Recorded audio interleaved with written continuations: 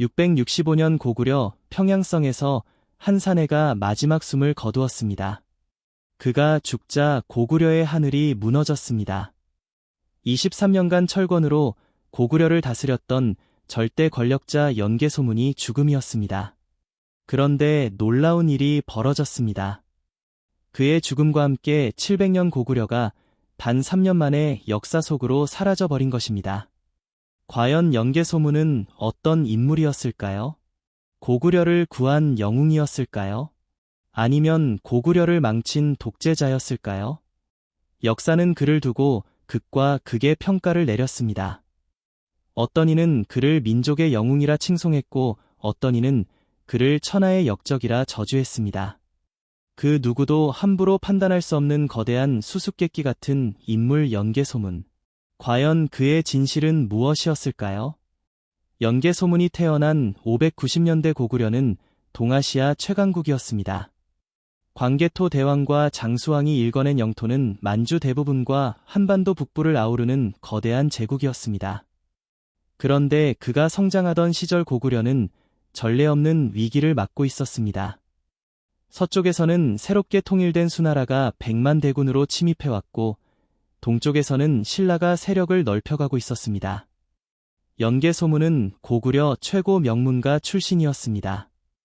그의 할아버지 자유와 아버지 태조는 모두 망리지라는 최고위직을 여임했던 권문 세족이었습니다. 망리지는 고구려에서 왕 다음 가는 실권자로 3년마다 5부 귀족들이 선출하는 자리였습니다.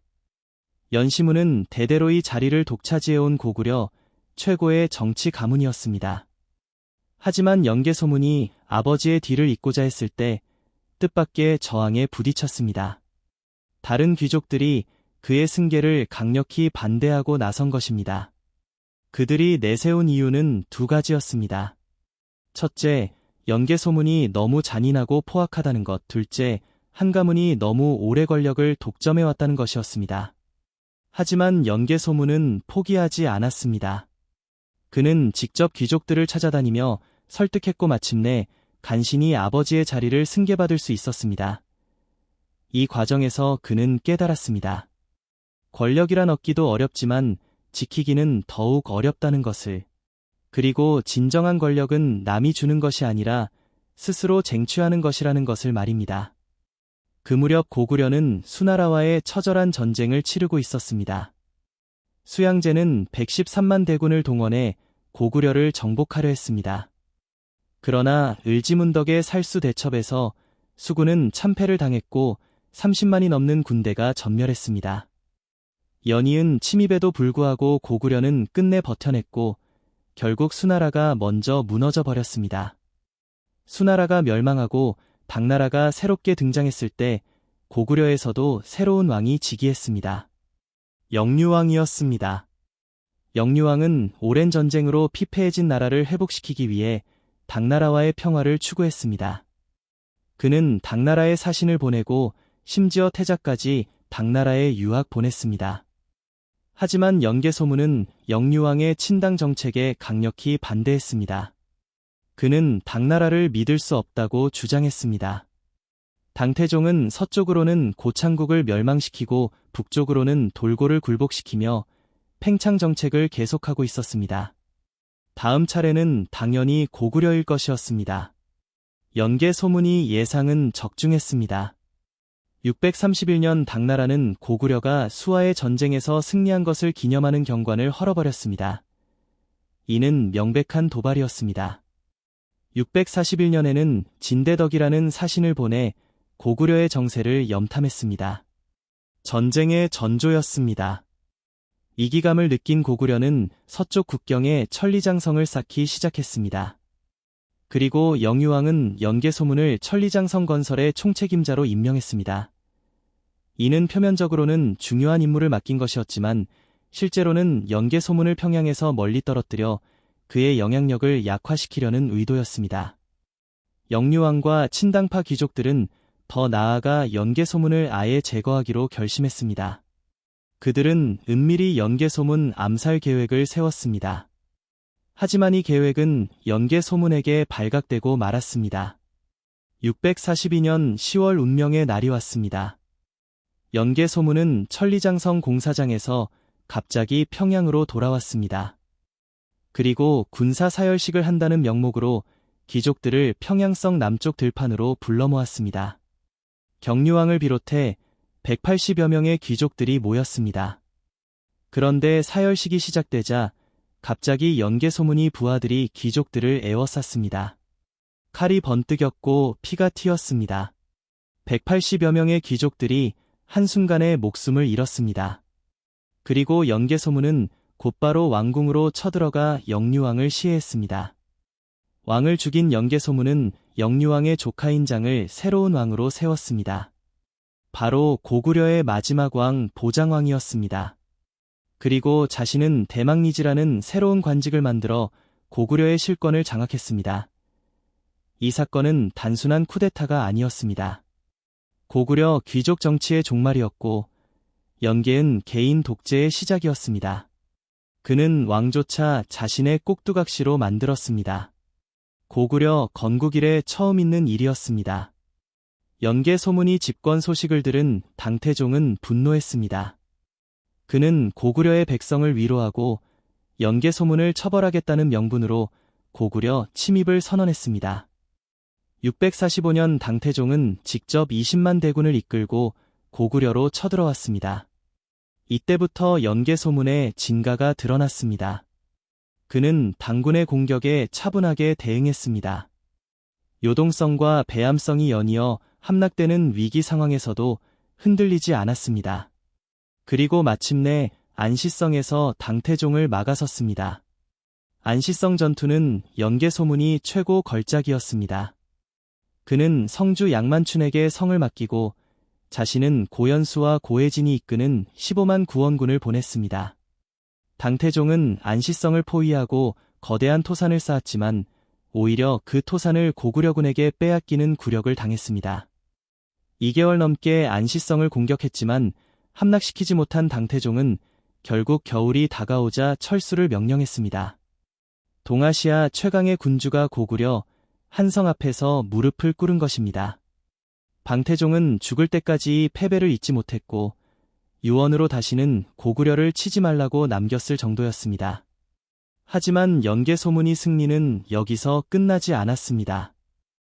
647년 당나라가 다시 침입해왔을 때도 막아냈고 648년에도 655년에도 계속해서 승리했습니다.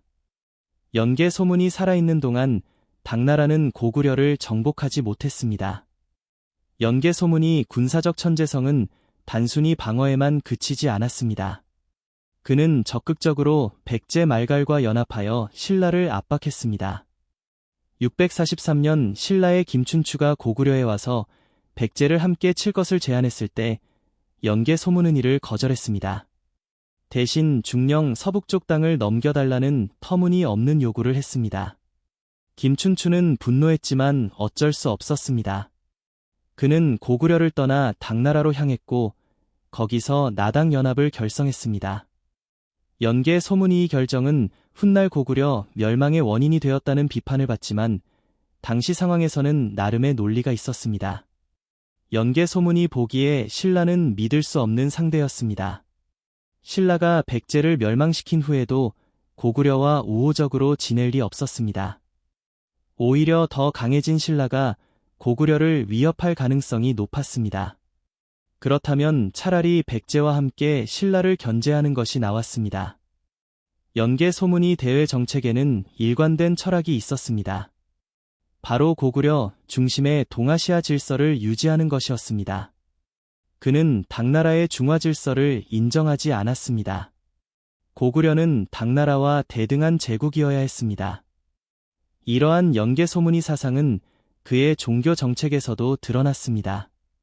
그는 당나라에서 도교 도사들을 불러들여 도교를 적극 장려했습니다. 반면 불교는 상대적으로 소홀히했습니다. 이는 단순한 종교적 선호가 아니었습니다.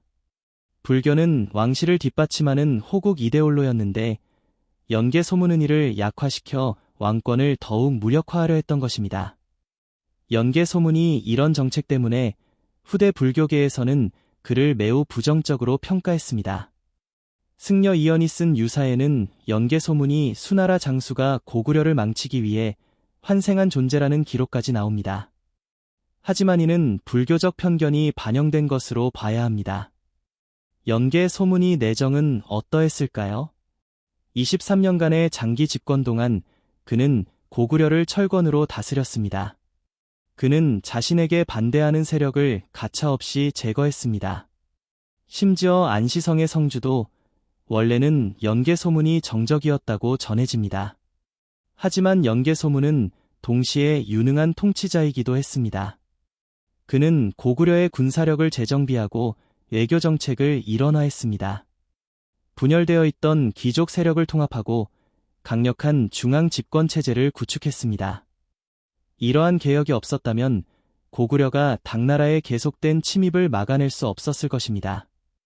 연개 소문은 개인적으로도 매력적인 인물이었습니다. 중국 기록에도 용모가 웅장하고 위기가 호방했다고 전해집니다. 그는 뛰어난 무예로도 유명했습니다.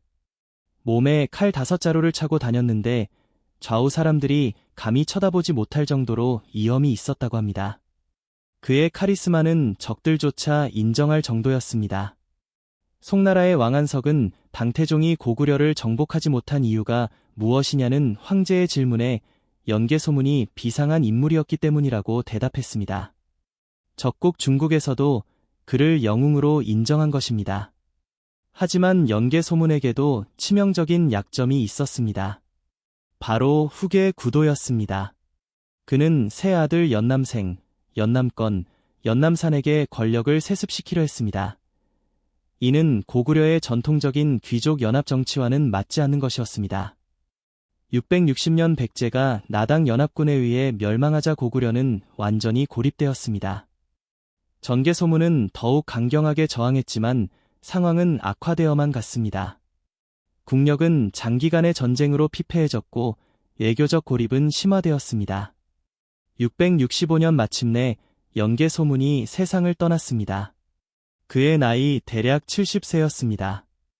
그는 죽기 전 새 아들에게 물고기가 물을 떠나면 죽듯이 너희도 서로 떨어지면 안 된다는 유언을 남겼습니다. 하지만 이 유언은 지켜지지 않았습니다. 연개 소문이 죽자마자 새 아들 사이에 권력 다툼이 벌어졌습니다.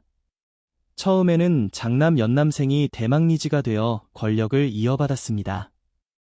하지만 그는 아버지만큼의 카리스마나 정치력이 없었습니다. 연남건과 연남사는 형을 몰아내기 위해 정변을 일으켰습니다. 연남생은 국내성으로 도망쳤다가 결국 당나라에 투항하고 말았습니다. 그는 고구려의 내부 사정을 당나라에 상세히 알려주었고 고구려 공격에 앞장섰습니다. 연개 소문이 동생 연정토도 신라에 투항했습니다. 그는 자신이 관할던 12개 성을 신라에 바쳤습니다. 연시 가문이 스스로 고구려를 배신한 것입니다. 668년 나당 연합군이 마지막 총공격을 가해왔습니다. 연남건은 끝까지 평양성을 지키려 했지만 연남사는 보장안과 함께 항복해버렸습니다. 결국 평양성이 함락되고 고구려는 멸망했습니다.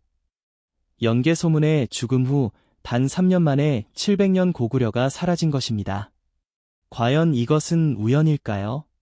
만약 연개 소문이 조금 더 오래 살았다면 고구려의 운명은 달라졌을까요? 많은 역사가들은 연개 소문이 독재가 고구려 멸망의 원인이라고 봅니다. 그의 강경 정책이 외교적 고립을 초래했고 권력 세습이 내분을 일으켰다는 것입니다. 또한 그의 잔혹한 통치가 민심을 잃게 했다고 주장합니다. 하지만 다른 시각도 있습니다. 연개 소문이 아니었다면 고구려는 이미 645년에 멸망했을지도 모릅니다. 상태종의 1차 침입 때부터 고구려는 존망의 기로에 서 있었습니다. 연개 소문에 강력한 리더십이 있었기에 20여 년을 더 버틸 수 있었던 것입니다. 연개 소문이 대외 정책도 재평가해 볼 필요가 있습니다. 당시 동아시아 정세에서 고구려가 선택할 수 있는 길은 많지 않았습니다. 당나라에 굴복하느냐 끝까지 저항하느냐 둘 중 하나였습니다. 연개 소문은 굴복보다는 저항을 선택했습니다. 비록 결과적으로 실패했지만 그의 선택이 반드시 잘못되었다고 할 수는 없습니다. 연개 소문에 대한 평가는 시대에 따라 극적으로 달랐습니다. 고려와 조선시대에는 왕을 죽인 역으로 비난받았습니다. 유교적 관점에서 신하가 임금을 죽이는 것은 용서받을 수 없는 대역죄였기 때문입니다. 하지만 일제강점기에 들어와서는 평가가 180도 바뀌었습니다. 신채호는 연개 소문을 4000년 역사상 첫째가는 영웅이라고 극찬했습니다. 외침에 맞서 싸운 민족의 영웅으로 재평가받은 것입니다. 현대에 와서는 보다 균형 잡힌 시각이 필요합니다. 연개 소문은 분명히 뛰어난 군사적 지도자였습니다. 그의 전략과 전술은 후세에도 연구할 가치가 있습니다. 또한 강력한 카리스마와 추진력으로 2기의 고구려를 이끈 것도 사실입니다. 하지만 동시에 그의 한계도 인정해야 합니다. 독재적 통치 방식, 권력 세습 시도, 외교적 경직성 등은 분명한 약점이었습니다. 특히 후계 구도를 제대로 준비하지 못한 것은 치명적이었습니다. 연개 소문을 이해하려면 그가 살았던 시대를 봐야 합니다. 7세기는 동아시아 전체가 격변의 시대였습니다. 수나라와 당나라는 거대한 통일제국이 등장했고 한반도의 삼국은 생존을 위해 필사적으로 투쟁해야 했습니다. 이런 상황에서 고구려는 강력한 지도자가 절실했습니다. 귀족들의 합의로 정책을 결정하는 전통적인 방식으로는 급변하는 정세에 대응하기 어려웠습니다. 연개 소문이 독재는 시대적 요구이기도 했던 것입니다. 또한 연개 소문이 강경 정책도 다시 생각해 볼 필요가 있습니다. 당나라의 팽창 정책을 보면 어떤 선택을 하든 고구려는 침입을 받을 수밖에 없었습니다. 그렇다면 굴복하며 서서히 무너지느냐? 끝까지 싸우다 장렬하게 쓰러지느냐의 차이였을 뿐입니다. 연개 소문은 후자를 선택했습니다. 그리고 20여 년간 당나라의 침입을 막아냈습니다. 만약 그가 조금 더 오래 살았다면 혹은 후계자들이 단합했다면 역사는 달라졌을지도 모릅니다. 연개 소문이 일생을 되돌아보면 그는 시대의 아들이었습니다. 그 누구보다 고구려를 사랑했고 고구려의 영광을 지키려 했습니다. 비록 방법에는 논란이 있지만 그의 애국심만큼은 의심할 여지가 없습니다. 그는 또한 비극적 영웅이기도 했습니다. 개인적으로는 탁월한 능력을 가졌지만 시대적 한계를 극복하지는 못했습니다. 그의 꿈이었던 고구려 제국의 부활은 결국 이루어지지 않았습니다. 하지만 연개 소문이 정신은 사라지지 않았습니다. 고구려 멸망 후에도 건모잠, 대주영 같은 인물들이 그의 뜻을 이어받았습니다. 발해의 건국은 어떤 의미에서 연개 소문이 꿈의 연장이었습니다. 중국에서도 연개 소문이 존재감은 컸습니다. 당나라 사람들에게 그는 공포의 대상이었습니다. 심지어 그를 소재로 한 소설과 전설이 만들어질 정도였습니다. 적국에서도 인정할 만큼 강렬한 인상을 남긴 것입니다. 일본에서도 연개 소문은 특별한 존재였습니다. 당시 기록에 당나라에는 고구려에는 계금, 백제에는 성충, 신라에는 김유신이 있어 각기 그 나라의 준거이였다고 평가했습니다. 동아시아 사국의 대표 인물 중 하나로 꼽힌 것입니다. 연개 소문을 둘러싼 논쟁은 오늘날까지도 계속되고 있습니다. 그를 영웅으로 보느냐 독재자로 보느냐는 단순히 역사적 평가의 문제가 아닙니다. 그것은 우리가 어떤 가치를 중시하느냐의 문제이기도 합니다. 만약 국가의 독립과 자주성을 최우선 가치로 본다면 연개 소문은 분명히 영웅입니다. 외침에 굴복하지 않고 끝까지 싸운 그의 모습은 감동적입니다. 하지만 민주주의와 인권을 중시한다면 그의 독재와 폭정은 비판받아 마땅합니다. 아마도 연개 소문이 진실은 그 중간 어디엔가 있을 것입니다. 그는 완벽한 영웅도 단순한 독재자도 아니었습니다. 시대의 한계 속에서 최선을 다했지만 결국 한계를 극복하지 못한 비극적 인물이었습니다. 연개 소문이 우리에게 남긴 교훈은 무엇일까요? 첫째, 강력한 리더십의 중요성입니다. 위기의 시대에는 결단력 있는 지도자가 필요합니다. 둘째, 권력의 제도화입니다. 개인의 능력에만 의존하는 체제는 위험합니다. 셋째, 균형 잡힌 외교 정책입니다. 지나친 강경도, 지나친 유화도 바람직하지 않습니다. 연개 소물의 이야기는 아직 끝나지 않았습니다. 우리가 그를 어떻게 기억하느냐에 따라 그의 의미는 계속 변화할 것입니다. 중요한 것은 선입견 없이 그를 이해하려 노력하는 것입니다. 연개 소문은 우리 역사상 가장 논란이 많은 인물 중 하나입니다. 하지만 그만큼 매력적인 인물이기도 합니다. 그의 삶은 인간의 한계와 가능성을 동시에 보여줍니다. 권력의 정점에 올랐지만 결국 무너진 그의 모습에서 우리는 역사의 무상함을 느낍니다. 665년 평양성에서 마지막 숨을 거둔 연개솜은 그의 죽음과 함께 고구려의 운명도 결정되었습니다. 하지만 그가 보여준 불굴의 의지와 조국에는 오늘날까지도 우리에게 감동을 줍니다. 과연 연개소문은 독재자였을까요? 영웅이었을까요? 이 질문에 대한 답은 여러분의 몫입니다. 다만 분명한 것은 그가 우리 역사에 뚜렷한 족적을 남긴 거대한 인물이라는 사실입니다. 그의 이야기를 통해 우리는 역사의 복잡함과 인간의 위대함을 동시에 느낄 수 있습니다. 연개소은 그는 시대를 앞서간 혁명가였을까요? 아니면 시대에 뒤떨어진 독재자였을까요? 1400년이 지난 지금도 여전히 수수께끼로 남아있느니 거대한 인물의 진실을 찾아가는 여행은 계속됩니다.